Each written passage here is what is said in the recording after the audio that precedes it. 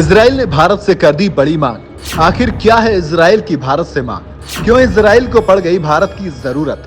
ये सवाल आज इसलिए है क्योंकि इजराइल और हमास के बीच चल रहे युद्ध में अब इजराइल ने भारत से बड़ी मांग कर ली है। दरअसल हमास के साथ चल रहे युद्ध के बीच भारत में इजराइल के राजदूत नार गिलोन ने कहा है कि अब समय आ गया है कि भारत हमास को आतंकवादी संगठन घोषित करे।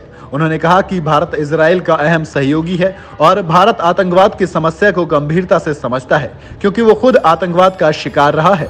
गिलोन ने भारत मध्य पूर्व यूरोप इकोनॉमिक कॉरिडोर यानी आईमैक पर भी बात की और कहा कि संघर्ष का आईमैक पर कोई असर नहीं होगा। मीडिया के साथ बातचीत करते हुए गिलोन ने कहा कि I2U2 यानी भारत, इजराइल, संयुक्त अरब अमीरात और अमेरिका और भारत मध्य पूर्व यूरोप इकोनॉमिक कॉरिडोर जैसी आर्थिक परियोजनाएं पटरी पर रहेंगी और हमास के साथ चल रहे युद्ध में इजराइल की अर्थव्यवस्था पर कोई असर नहीं पड़ेगा। आपको बता दें कि भारत के साथ इजराइल के रिश्तों पर बात करते हुए गिलोन ने मीडिया से कहा कि भारत एक बहुत करीबी सहयोगी है और भारत दुनिया में नैतिकता की अहम आवाज है। जब आतंकवाद की बात आती है तो वो इस समस्या से भली भांति परिचित है और जानता है कि हम किस समस्या की बात कर रहे हैं। ऐसा इसलिए क्योंकि भारत कई सालों से आतंकवाद का शिकार रहा है।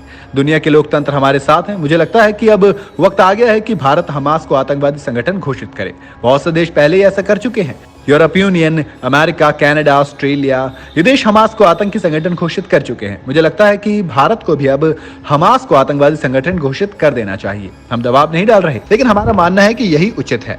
बता दें कि भारत ने आतंकवाद के खिलाफ इजराइल का समर्थन करते हुए 7 अक्टूबर को इजराइल पर हमास के हमले को आतंकी हमला करार दिया है। साथ ही भारत ने समस्या के समाधान के लिए 2 स्टेट सॉल्यूशन और एक स्वतंत्र फिलिस्तीनी राष्ट्र की अपनी बात को दोहराया है। गिलोन ने मीडिया से बात करते हुए यह भी बताया कि हमास को आतंकवादी समूह घोषित करने को लेकर उन्होंने भारत से संबंधित अधिकारियों से बात की है।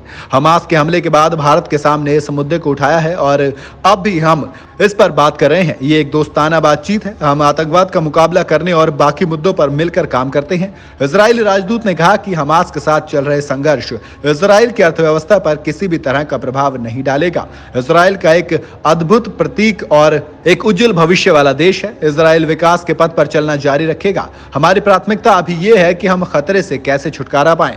एक बार जब हम खतरे से छुटकारा पा लेंगे तो हम सामान्य स्थिति में वापस आ सकते हैं। चलिए आपको इजराइल और हमास के बीच चल रहे युद्ध का अपडेट भी दे देते हैं। गाजा में मरने वालों की संख्या 6,456 पहुंच गई है। पिछले 24 घंटे में 704 लोग इजराइल के एयर स्ट्राइक में मारे गए। वहीं फिलिस्तीन वेस्ट बैंक में इजराइल एयर स्ट्राइक से मारे जाने वालों की संख्या 103 पहुंच गई है। गाजा में अल्फिशा हॉस्पिटल के डॉक्टर ने दावा किया कि शहर के अंदर इजराइल के नए और घातक हथियारों का इस्तेमाल किया है और वो इसके गवाह हैं। गाजा में हेल्थ केयर सिस्टम भी अब पूरी तरह से ठप हो गया है। इजरायली सरकार का कहना है कि जब तक हमास का खात्मा नहीं हो जाता तब तक युद्ध नहीं रुकेगा। लेकिन इस युद्ध के बीच इजराइल ने भारत से जो मांग की है, क्या भारत सरकार इजराइल की मांग को पूरा करेगी या नहीं, इस पर अभी कुछ भी कहना ठीक नहीं होगा। फिलहाल आपकी इस खबर पर क्या राय है, हमें कॉमेंट में जरूर बताएं और ऐसे तमाम खबरों के लिए जुड़े रहें न्यूज़ बुक के साथ।